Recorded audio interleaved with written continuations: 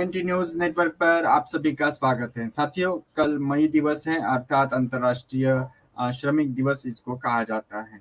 और इस श्रम दिवस के अवसर पर आज ये हमारी चर्चा है। उसके पहले हम आप सभी को राष्ट्रसंत तुकडोजी महाराज जी की जयंती के अवसर पर आप सभी को अनेक अनेक मंगल कामनाएं। राष्ट्रसंत तुकडोजी महाराज न्याय, स्वतंत्रता, समता, बंधुता पर आधारित समाज निर्मित के लिए उन्होंने समर्पित होकर कार्य किया। अपने तरीके से महाराष्ट्र में उन्होंने जन जागरण किया, जन संगठन किया। तो साथियों, आज के इस कार्यक्रम के शुरुआत में उनको विनम्र अभिवादन करते हुए आप सभी को उनकी जयंती की अनेक मंगल कामनाएं करते हैं। आज का जो विषय है उसका बैनर आपके स्क्रीन पर है। नई श्रम नीति और असंगठित क्षेत्र समस्या एवं उपाय, इस विषय पर हमारे साथ आज हमें मार्गदर्शन करेंगे मूल निवासी डॉक्टर उमेश चंद्र गोंड सर। आप राष्ट्रीय अध्यक्ष हैं मूल निवासी संघ के। तो साथियों, इस लाइव कार्यक्रम में उनका हम स्वागत करेंगे और उसके पहले आप सभी से रिक्वेस्ट करेंगे इस कार्यक्रम को आप शेयर करें। जी, मैं बहुत बहुत स्वागत है सर एमएनटी न्यूज नेटवर्क के इस कार्यक्रम में। जय भीम, जय मूल निवासी सर। जय भीम, जय मूल निवासी, आप सभी का स्वागत है। जी सर, राष्ट्रसंत तुकडोजी महाराज जी की आज जयंती है और इस जयंती के अवसर पर आपको, आपके पूरे परिवार को एमएनटी न्यूज नेटवर्क की ओर से अनेक अनेक मंगल कामनाएं। और सर, आज जो हम आपके साथ चर्चा करने वाले हैं नई श्रम नीति के बारे में और उसका असंगठित क्षेत्र के साथ क्या संबंध है, क्या उसका प्रभाव पड़ने वाला है, कौन कौन सी समस्याएं हैं और उसका क्या समाधान है, अर्थात क्या उपाय उसके ऊपर हो सकते हैं, संभावित उपाय, इसको हम समझना चाहेंगे। तो मैं रिक्वेस्ट करूंगा आपको कि आज के विषय पर हमें प्रबोधित करें। जी सर। जी प्रदीप जी, बहुत बहुत धन्यवाद। एमएनटी के सभी दर्शकों का मैं स्वागत करता हूं। साथियों, जो इस समय नई श्रम नीति 2020 में लाई गई है, जिसका इम्प्लीमेंटेशन जुलाई 2021 से करना है, लेकिन कई राज्यों ने आर्टिकल 213 के तहत उन्होंने इंटरफेयर करते हुए इसको पोस्टपोन किया हुआ है। जैसे उत्तर प्रदेश ने 3 साल के लिए किया हुआ, मध्य प्रदेश ने किया हुआ, गोवा ने किया हुआ है। लेकिन ये अगर नल एंड वाइड नहीं होगा तो इसको सरकार लागू करने के मूड में है। इस नई श्रम नीति का हम विरोध क्यों कर रहे हैं? ठीक है, सरकार कुछ भी लाती है तो उसका विरोध होता है, लेकिन यह विरोध होता है उसके लिए नहीं विरोध किया जा रहा। विरोध इसलिए किया जा रहा है कि ये श्रम नीति जो लाई गई है ये श्रमिकों के हित में नहीं है। ये श्रम नीति श्रमिकों की बजाय कारपोरेट के हित में है। आप देखेंगे कि भारत में जो पहले से लागू श्रम नीतियां हैं, उन श्रम नीतियों को सबका समाहित करते हुए, उनको कंसोलिडेट करते हुए एक श्रम कानून लाया गया 2020 में। उस श्रम कानून के अंतर्गत जो है 3 तरह के कानूनों को लाया गया है, जिसमें औद्योगिक संबंध संहिता बिल 2020, सामाजिक सुरक्षा संहिता बिल 2020 और व्यावसायिक सुरक्षा, स्वास्थ्य और काम करने की स्थिति bill 2020, occupational safety, health and working condition bill 2020। ये बिल लाया गया, लेकिन इसका एक इतिहास रहा। जब विश्व युद्ध के बाद जो सरकारों ने अपने अपने कामगारों से जो वादा किया था, उन वादाओं की पूर्ति नहीं कर रही थी और इसके चलते कामगारों में बहुत ज्यादा असंतोष फैल रहा था। उस असंतोष को एक्सरसाइज करने के लिए, उनको संतुष्टिकरण में बदलने के लिए ILO, इंटरनेशनल लेबर ऑर्गेनाइजेशन की स्थापना होती है और वो ऑर्गेनाइजेशन सभी श्रमिकों को लेकर के काम करना चाहता था और उसका ये फार्मूला था कि जहां हितों का टकराव है, कॉन्फ्लिक्ट ऑफ इंटरेस्ट, उसके ऊपर काबू पाने के लिए डायलॉग और इनकॉर्पोरेशन, जिसको हम कहते हैं संवाद और समावेशन, दूसरी चीज के बीच का रास्ता निकालना। भाई, जो कारपोरेट है उसका भी नुकसान न हो और श्रमिकों का भी नुकसान ना हो और उनकी श्रम दशा, पे, वर्क्स, हेल्थ, ये सारी चीजें जो है उनको सुरक्षित किया जाए। तो आप समझिए विश्व युद्ध के पहले से कुछ श्रमिक नियम थे, बाद में विश्व युद्ध के बाद जब दिक्कतें पैदा हुई तो इस पे इंटरनेशनल ऑर्गेनाइजेशन ने संज्ञान लिया और आईएलओ की स्थापना करते हुए इस चीज को आगे बढ़ाया। और आईएलओ की जो ताकत है वो अंतरराष्ट्रीय मानक को विकसित करना और उसके क्रियान्वयन की निगरानी करना, ये उसकी ताकत है।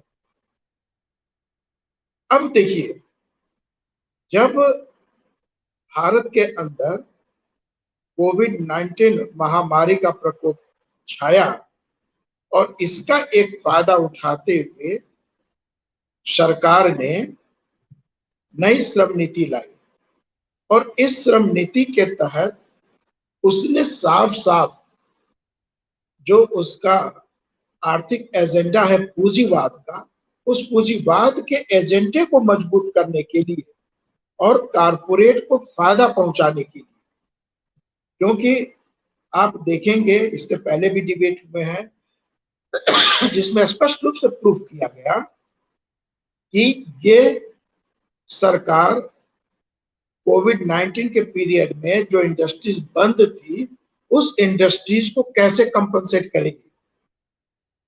पूंजीपति का जो प्रॉफिटेबल मार्जिन है उसको कंसंट्रेट करते हुए उसको कंसंट्रेट किया गया है। अगर उसका प्रॉफिट इतना था तो उस प्रॉफिट को रिड्यूस नहीं किया गया है, प्रॉफिट उतना ही है। और उस प्रॉफिट के मेंटेन करने के लिए फिर समझौता कहां होगा, उस श्रमिकों पर समझौता होगा। और जो विभिन्न ये तीनों संशोधन लाए गए, जो कंसोलिडेट किया गया पूरे श्रमिक कानून को, तो उसमें ये किया गया है कि श्रमिकों का जो वर्किंग पीरियड है, सामान्यतः 8 घंटे का वर्किंग पीरियड रहा, उसको तो 100% इंश्योर किया गया, लेकिन साथ में यह भी जोड़ दिया गया कि आवश्यकता पड़ने पे 12 घंटे भी काम लिया जा सकता है। और 12 घंटे काम लिया जा सकता है, लेकिन उसका पे और पर्क्स वो नियोक्ता डिसाइड करेगा। सरकार उसको एज ए ओवर टाइम की बात नहीं कर रही है, वो नियोक्ता डिसाइड करेगा। उसकी मर्जी होगा तो देगा, नहीं मर्जी होगा तो नहीं भी देगा। आपको काम करना है तो काम करिए, अन्यथा बाहर का रास्ता खुला हुआ है। यानी यहां पर क्या हुआ, मेरी पावर, मेरी ताकत, वो मेरी ताकत का प्रभाव होने लगा। और इस अमेंडमेंट के तहत उनको ये छूट मिल गई। एक तो ये श्रमिकों का नुकसान हुआ, दूसरी बात ये हुआ कि श्रमिक जहां अपनी बात करने के लिए अगर मैनेजमेंट या नियोक्ता द्वारा अधिकृत बोर्ड उनकी बात नहीं सुन रहा है तो श्रमिक उसके विरोध में हड़ताल पे जा सकता है। पहले के नियम के अनुसार केवल 6 वीक की नोटिस देनी होती थी। 6 सप्ताह पहले नोटिस देकर के कर्मचारी की यूनियन, ट्रेड यूनियन जो है वो चली जाती है हड़ताल के ऊपर अपनी बात को मनवाने के लिए, नेगोशिएशन करने के लिए। लेकिन इस नए श्रमिक कानून के अंतर्गत यह अवधि 60 दिन की हो गई, 60 डेज। यानी आपको हड़ताल पे जाना है तो आप 60 दिन की नोटिस दीजिए। और सबसे बड़ी मजे की बात यह देखिए कि हड़ताल की नोटिस तो 60 दिन कर दिया गया, लेकिन कर्मचारी को बाहर भगाने की नोटिस 30 दिन के अंदर, 30 दिन के अंदर उसको हकाल दिया जाएगा उसके कार्यालय से, कामगर जहां काम करता है वहां से उसको बाहर किया जा सकता 30 दिन के अंदर। तो अब आप 60 दिन का नोटिस दीजिए और उधर नियोक्ता 30 दिन की नोटिस देकर आपको बाहर कर देगा। तो अब आप देखिए कि इस स्थिति में कर्मचारी अपने हित की बात करने के लिए हड़ताल भी नहीं कर सकता। इतना ही नहीं, पहले क्या था, ये लोग लोअर कोर्ट में चले जाते थे क्योंकि लोअर कोर्ट डिस्ट्रिक्ट में होता था, कोई चीज हुआ तो डिस्ट्रिक्ट कोर्ट में चले गए। लेकिन अब सरकार ने कहा कि विशेष अपीलीय प्राधिकारी के पास ही आप अपील करेंगे, तो कोई भी हो सकता है। और आप बहुत करेंगे तो हाई कोर्ट में एक रिट याचिका डाल सकते हैं। यही दो चीज उसने कही, यानी कि अब आप लोअर कोर्ट में भी जो यूनियन या कर्मचारी व्यक्तिगत रूप से जा सकता था अपने नियोक्ता के प्रति असंतुष्टि जाहिर करने के लिए, अब वो अधिकार भी उससे छिन गए। अब ये सारी चीजें होने से कर्मचारियों की मनोस्थिति क्या बनी कि जैसे तैसे अपनी नौकरी कर लो, बाहर जाओगे तो बेरोजगारी है, बाहर कोई काम धंधा नहीं है, सभी जगह आउटसोर्सिंग लागू है, और जब काम धंधा नहीं है तो जैसे भी हो यहीं रहो। इसके पहले जब मंदी का दौर हुआ था, उस दौर में आप लोगों ने देखा जो मल्टीनेशनल कंपनियां थी या और भी भारत के जो कारपोरेट थे, इन लोगों ने सीधा सीधा या तो एम्प्लॉइयों की छटनी कर दी, और जो बचे भी उनको कहा भाई हम 50% ही पगार देंगे, काम करना है तो करो, अन्यथा आप भी जा सकते हो। वो मंदी का दौर था, और यहाँ आर्टिफिशियल मंदी ला दी गई, और यहाँ तब लोग 50% मजबूरी में 50% की तनख्वाह पे मजबूरी में काम किया। चलो भाई कंपनी जिंदा रहेगी, ये कंपनी हमको ₹1,00,000 दी थी तो 50,000 ही सही, हमारा काम चल जाएगा, कुछ हम कटौती कर लेंगे, इस तक कंप्रोमाइज करके उन्होंने काम किया। वही स्थिति इस कोरोना पीरियड में भी आ गया। अब कोई बाहर जाए तो काम नहीं, क्योंकि सारे के सारे ऑर्गेनाइजेशन बंद है, सारे के सारे वर्कशॉप बंद है, सारे इंडस्ट्रीज बंद है, कोई लेने को तैयार नहीं, कोई देने को तैयार नहीं। कब तक? जब तक कि सेकेंड लॉकडाउन खुलने की बात नहीं हुई। अब कर्मचारी करे तो क्या करे, जाए तो कहां जाए? तो मन मारकर ऐसे नियमों के तहत वो काम करने को मजबूर हो गया।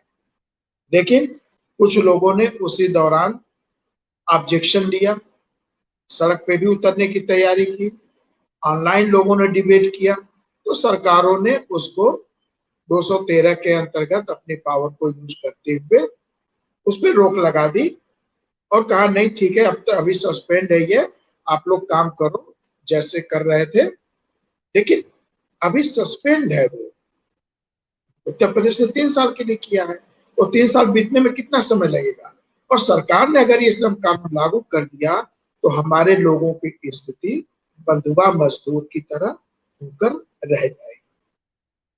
अब बंधुआ मजदूर का मतलब क्या हो गया? यहाँ पर आप 8 घंटे काम करने के लिए जा रहे हो, आपका काम 12 घंटे भी हो सकता है, 10 घंटे भी हो सकता है, 9 घंटे भी हो सकता है, आपको ओवर टाइम मिल सकता है और नहीं भी मिल सकता है। और जहां संगठित क्षेत्र है वहां तो कुछ चीजें डिफाइंड है, सारी दिक्कत असंगठित क्षेत्र में है। हमारे जितने लेबर हैं उनका 80% पॉपुलेशन असंगठित क्षेत्र में है, जिसका कोई माई बाप नहीं है। वहां जो नियोक्ता है उसकी वाहवाही चलती है, उसकी माइटी चलती है। अब उनको और ताकत कैसे दे दी?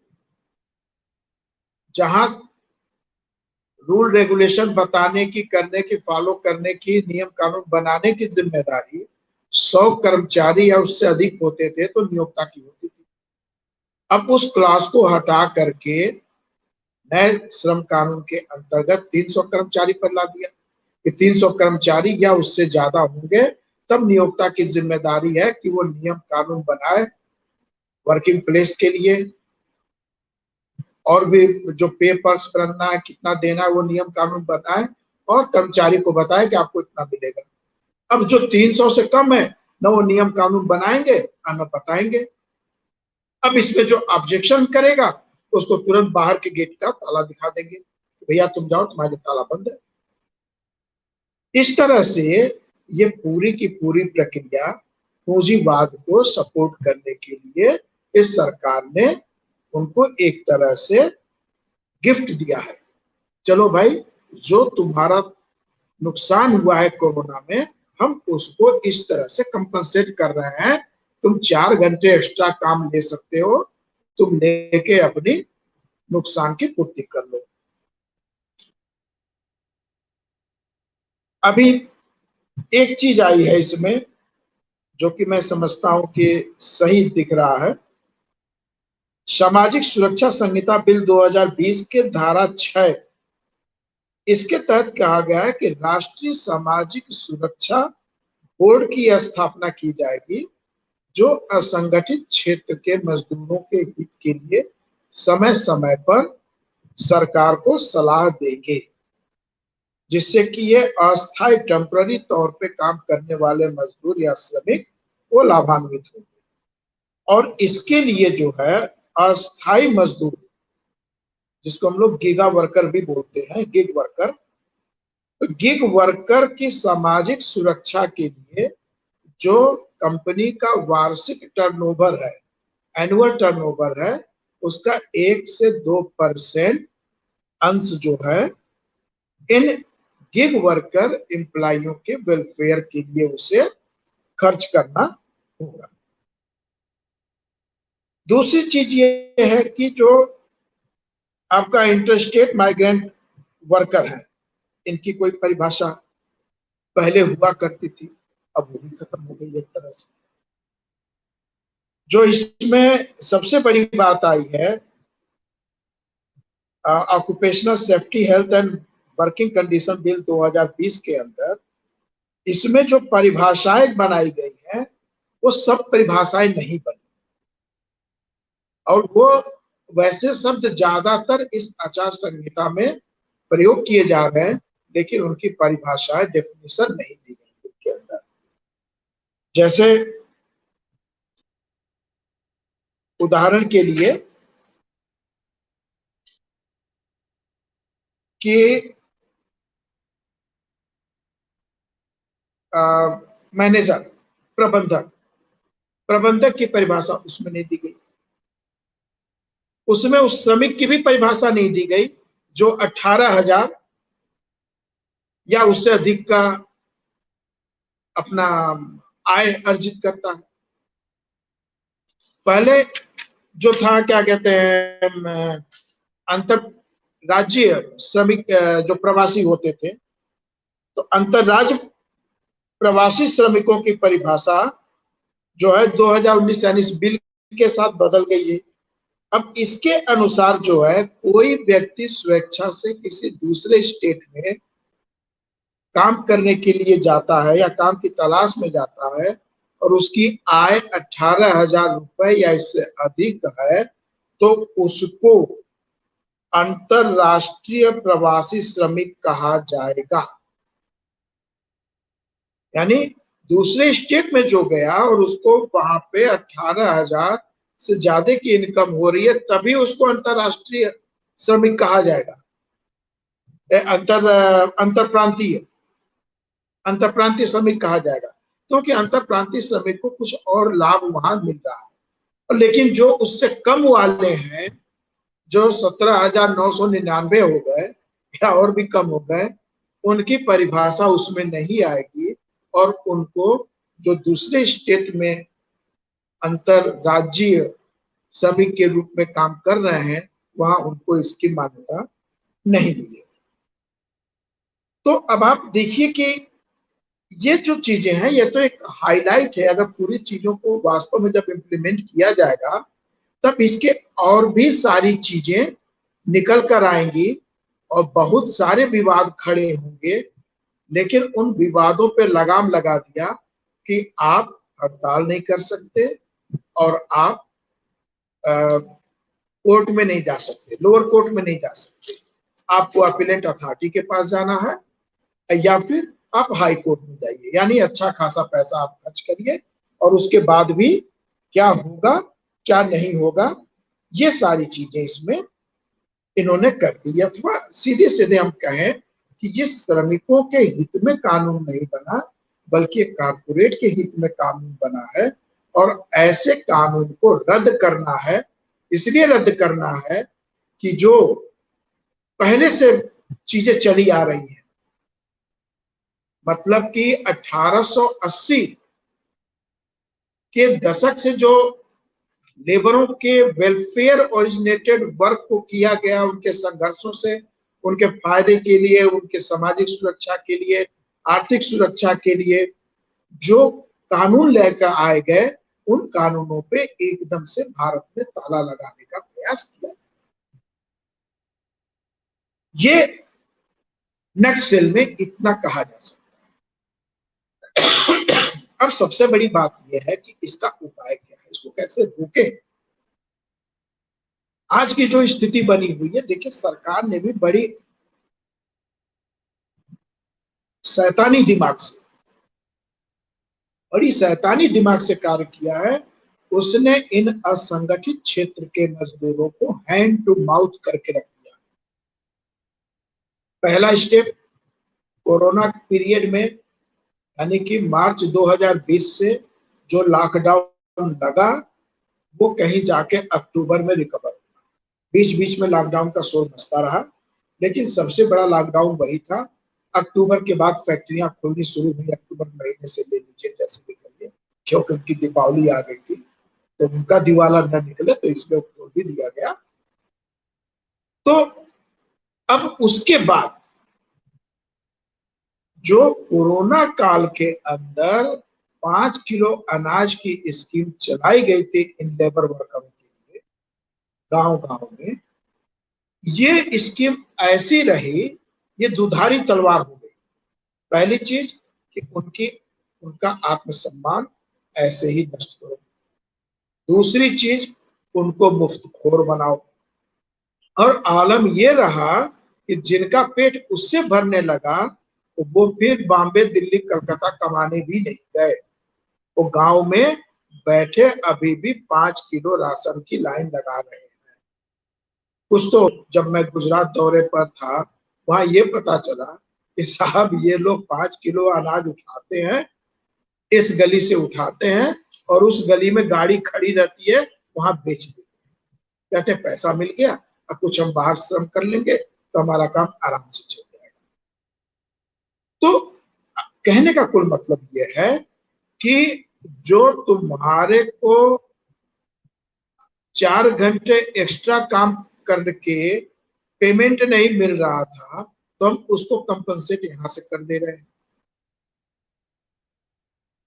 तो तुमको हम फ्री का अनाज दे रहे हैं। और आज देखिए वो अनाज सबके सर पे चढ़ के बोल रहा है।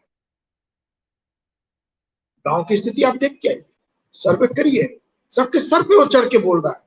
उनको इससे मतलब ही नहीं कि हमारा आदमी नौकरी करने गया, वो 8 घंटे ड्यूटी कर रहा है या 12 घंटे ड्यूटी कर रहा है, कोई फर्क नहीं पड़ रहा। और जो श्रमिक है वो ये सोच रहा है कि अगर ये न करूं तो कहां जाऊंगा, क्या करूंगा। सबकी स्थिति यही। तो इसमें इन्होंने बंधुआ मजदूर बना दिया। अब इससे हम निजात कैसे पाएंगे। हमारा कहने का मतलब था कि जो निजात पाने का हम प्रयास कर रहे हैं, वो प्रयास इसी स्तर पे खंडित होने जा रहा है जहां उसको अनाज से भी कंपनसेट किया जा रहा है। आप देखिए इस चीज को, जो ताकत इस सरकार के काले कानून से लड़ने के लिए तैयार होनी चाहिए, उन श्रमिकों द्वारा, उन असंगठित क्षेत्र के श्रमिकों के द्वारा, वो तैयार नहीं हो रहा है। उनके अंदर वो आग नहीं लग रही है। दूसरी चीज, इसने और क्या किया है, national rural livelihood mission NRLM योजना लॉन्च, चलती योजना बहुत पहले से अलग अलग नामों से, लेकिन ये योजना आ गई। इस योजना के तहत सेल्फ हेल्प ग्रुप, महिलाओं के ग्रुप बनाए गए, उनकी मानिए कि उनके छोटे छोटे सामुदायिक ग्रुप बनाए गए जिसमें 10 से 12 महिलाएं हैं। उन महिलाओं के वेलफेयर के लिए, दूसरे शब्दों में हम कह सकते हैं कि सरकार कहती है महिला सशक्तिकरण, 1,30,000 का जो है फंड सरकार स्वीकृत करती है। उसमें से वो महिलाएं लोन के रूप में 4,000, 8,000, 10,000, 20,000 जिसकी जो क्षमता चुकाने की वो लेता है। कोई मुर्गी पालता है, कोई बकरी पालता है, कोई पुराना कर्ज चुकता करता है, कोई सिलाई मशीन लेता है। इस तरह करके वो सेल्फ हेल्प ग्रुप वाले जो है महिलाएं हैं, ये अपने काम को चला रही हैं। जो पैसा ले रही हैं उसका लोन देना है उनको, उसका ऋण देना है, इंटरेस्ट देना है, वो 3% का इंटरेस्ट, और बहुत ज्यादा है नहीं तो उनको पता भी नहीं चलता। तो इस तरह भारत में लगभग 75 लाख से ज्यादा सेल्फ हेल्प ग्रुप महिलाओं के बने हैं। उत्तर प्रदेश में ही 5,85,000 बने हुए हैं। अगर इनको 10 से एवरेज मल्टीप्लाई कर लीजिए तो ये करोड़ों में संख्या चली जाए। और मजे की बात ये भी असंगठित क्षेत्र है। ये कहाँ धरना प्रदर्शन करें, ये कहाँ हड़ताल करें? इनके आज की डेट में भी 13-13 महीने की ऑनरेरियम या पगार, जो भी आप बोलो, जो सरकार ने वादा किया है आपको देंगे, वो नहीं मिला। ये जो सेल्फ हेल्प ग्रुप महिलाओं का है, इनको गांव के विकास के कई योजनाओं में इनको लगाया जाता है। उदाहरण के लिए, यदि किसी गांव में सामुदायिक शौचालय बना हुआ है तो उसकी देखरेख का जिम्मा इन्हीं महिलाओं के ग्रुप को है। वो कैसे करेंगी, वो अपना मैनेज करेंगी। अगर टेक होम राशन ये स्कीम चला है, उस स्कीम में उस प्लांट को चलाना, उस प्लांट से प्रोडक्शन लेना और उस प्रोडक्शन को आंगनबाड़ी तक पहुंचाने के लिए लोडिंग अनलोडिंग करने का काम भी इन्हीं महिलाओं के ग्रुप के जिम्मे है। कहने का मतलब, गांव में सरकार ने बहुत सारी स्कीमें चला रखी हैं जिसमें ये महिलाओं के ग्रुप को काम मिल रहा है। तो जब इनको काम मिल रहा है तो इसकी एवज में सरकार इनको कंपनसेट भी कर रही है। कुछ ऑनरेडियम कहिए या सैलरी कहिए, पगार कहिए, वो इनको देना है। अभी पिछले साल नवंबर महीने में जो 1 साल का पेमेंट पिछला बाकी था, 1 साल का लगभग 18 महीने का पेमेंट था, उसकी घोषणा इलाहाबाद में प्रधानमंत्री ने महिलाओं की रैली बुला करके, जिसमें 2.5 लाख महिलाओं को लाना सुनिश्चित करने का कार्यक्रम पूरे उत्तर प्रदेश के प्रशासन के लिए था। वो महिलाएं वहां गई, वहां उनको जो है जयकारा लगा, और जयकारा लगने के बाद घोषणा हुई कि इनको जो है, जो पैसा नहीं मिला था, इनको पैसा का पेमेंट तुरंत किया जाए। पैसा क्यों नहीं मिला था भाई? पैसा देने वाले तुम ही थे। भारत सरकार की नीति चल रही है, वो प्रदेश सरकार की नीति चल रही है। तो इस तरह मजबूरी में महिलाओं को जाना पड़ता है रैलियों में। साहब कह रहे हैं जाना है, फलाने वीडियो साहब कह रहे हैं जाना है, प्रधान कह रहे हैं जाना है। इस तरह से इनका जो है शोषण किया जा रहा है असंगठित क्षेत्र के लोगों का, श्रमिकों का। अभी कैसे खड़ा? तो उपाय केवल यही है, हमने इनका प्रबोधन समय समय पर सरकार की योजनाओं को लेते हुए, उसमें कमियों को पाते हुए इनका प्रबोधन करें, इनको जानकारी दें कि इस नई श्रम नीति में क्या है, तुम्हारी क्या अवस्था हो रही है, तुम कैसे जाओगे, और अगर तुम इसके लिए खड़े नहीं होगे तब तुम बंधुआ मजदूर बन के रह जाओगे और सेठ तुम्हारा खून चूस लेगा। सारी चीजें ये प्रबोधन से ही होगी, उनको संगठित करने से होगी, और संगठित करने के दौर में क्या प्रक्रिया है उस प्रक्रिया को भी अपनाना होगा, तभी हम इस समस्या से निजात पा सकते हैं। कहा जाता है संघे शक्ति कलयुग है, तो संगठन की शक्ति ही इस युग के अंदर काम करेगी। तो ये असंगठित क्षेत्र के मजदूरों को संगठित करने का प्रयास करना चाहिए। अगर हम ये नहीं करेंगे तो नहीं होगा। मूल निवासी श्रम मई दिवस के अवसर पर, जिसको हम अंतर्राष्ट्रीय मजदूर दिवस भी बोलते हैं, सुबह के वक्त 11 बजे धरना प्रदर्शन और जुलूस निकालते हुए जिला कार्यालयों पर ज्ञापन सौंपेगा।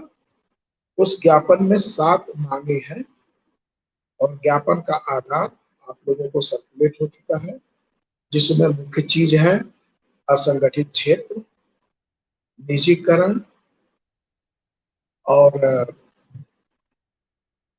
आउटसोर्सिंग। इन चीजों पर विशेष ध्यान दिया गया है और इसके अंतर्गत ही हमने जो है डिमांड सरकार से, राष्ट्रपति जी से जो है हमने अपनी मांग दी है।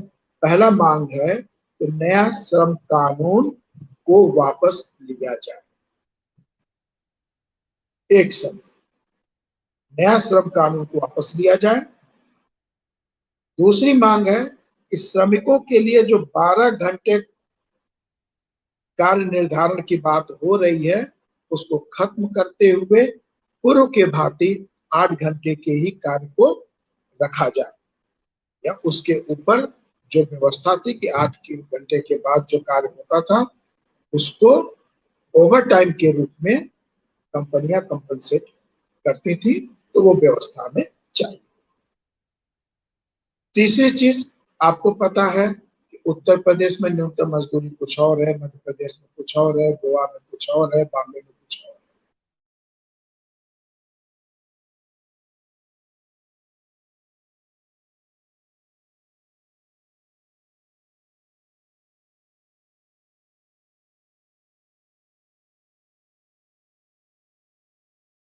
और राज्य दोनों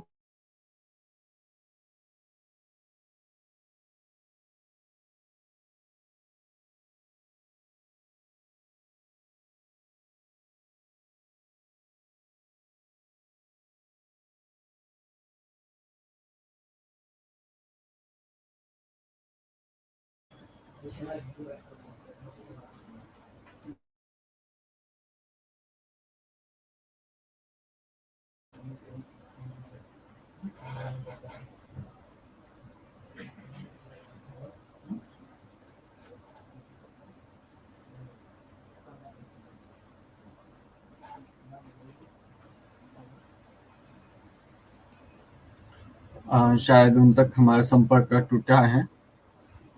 जी डॉक्टर गोंड सर, क्या मेरी आवाज आप सुन पा रहे हैं? डॉक्टर उमेश चंद्र गोंड सर, क्षमा चाहेंगे, उनका संपर्क हमारे साथ टूटा है, और कुछ ही समय में हमारे साथ जुड़ेंगे। सॉरी, इंटरनेट इंटरप्ट हुआ था प्रदीप जी। जी सर, मैं इसको पूरा करता हूं। तो राष्ट्रीय स्तर पर मजदूरों की न्यूनतम मजदूरी, और हमारी मांग ये है कि कम से कम जो क्लास 4 एम्प्लॉय की सरकार ने सैलरी तय की है उतनी हमको मिलनी चाहिए। चौथी मांग जो है, देश में सभी निजी संस्थानों, जैसे पहले की बात था, तो सभी निजी संस्थानों का राष्ट्रीयकरण किया जाए और राष्ट्रीयकरण कर नए रोजगार का सृजन किया जाए। पांचवा है, सभी विभागों में वर्षों से चली आ रही बैकलॉग यानी कि खाली स्थान को स्पेशल ड्राइव चलाकर उसको जल्द से जल्द भरा जाए। छठवां मांग है कि आउटसोर्सिंग के माध्यम से जो भर्तियां हो रही हैं टाइम बीइंग के लिए अनुबंध के आधार पे उनको बंद किया जाए और एक्चुअल वैकेंसियों के आधार पर रिक्तियों को भरा जाए। सातवां है भारतीय संविधान के अनुच्छेद 39 के अनुसार देश की संपत्ति का विकेंद्रीकरण के तहत एक ऐसा अधिनियम बनाया जाए जिससे देश के प्रत्येक नागरिक के पास धन समान रूप से पहुंच सके। दूसरे शब्दों में कि देश की अर्थव्यवस्था पे हर नागरिक का समान अधिकार हो, अर्थात हमें जो पूंजी का केंद्रीकरण किया जा रहा है तो ये मूल निवासी संघ पहली तारीख को 1 मई को दिए जाने वाले मांग पत्र के बारे में हमने आपको। इसके साथ ही मैं आप लोगों से यह भी अनुरोध करूंगा, अपने आसपास असंगठित क्षेत्र के मजदूर बहुत हैं, गांव में हैं, उनको प्रोत्साहित करिए कि वो भी इस कार्यक्रम में अपना समझते हुए वो इकट्ठा हो और हमारे साथ कंधा से कंधा मिलाकर चले। मैं इसी के साथ वाणी को विराम देता हूँ। प्रदीप जी, बहुत बहुत शुक्रिया सर, बहुत बहुत शुक्रिया। और मई दिवस अर्थात अंतर्राष्ट्रीय श्रमिक दिवस के अवसर पर आज आपके साथ हमने आपने जो हमें जानकारी दी है, हमें प्रबोधित किया है नई श्रम नीति के बारे में और उसके जो संभावित परिणाम हमारे सामने दिख रहे हैं और जो बहुत ही बुरे परिणाम हैं, खासकर क्या संगठित क्षेत्र के श्रमिकों पर और संगठित क्षेत्र के श्रमिकों पर भी इसके परिणाम हैं, लेकिन जो असंगठित क्षेत्र का बहुत बड़ा ऐसा तबका है जिनका संगठनात्मक रूप में कोई वजूद नहीं है, तो ऐसे क्षेत्र के बारे में आपने बताया, उन श्रमिकों के समस्याओं के बारे में आपने बताया और उसका क्या समाधान है और मूल निवासी संघ किस प्रकार से अपनी पहल कर रहा है इनको न्याय दिलाने के लिए, उनको संगठित करने के लिए। ये बहुत सराहनीय है। मैं आपको एमएनटी न्यूज नेटवर्क की ओर से बहुत बहुत आभार व्यक्त करता हूं और हमारे तमाम दर्शकों की ओर से भी आपका आभार व्यक्त करते हैं और आगे भी सर आपसे हम बातचीत करते रहेंगे, आपसे सलाह मशवरा करते रहेंगे, आपका मार्गदर्शन देते रहेंगे। बहुत बहुत शुक्रिया सर हमारे साथ जुड़ने के लिए। Thank you very much. जय भीम, जय निवासी, जय भीम, जय भारत, जय निवासी। Thank you very much. जो साथी हमारे साथ कुछ समय पहले इस वीडियो पर जुड़े हुए हैं उनसे हम बताना चाहेंगे कि इस वीडियो को आप रिवाइंड कीजिए, पुनः देखिए ताकि आपको पूरी जानकारी आज समझ में आ जाए।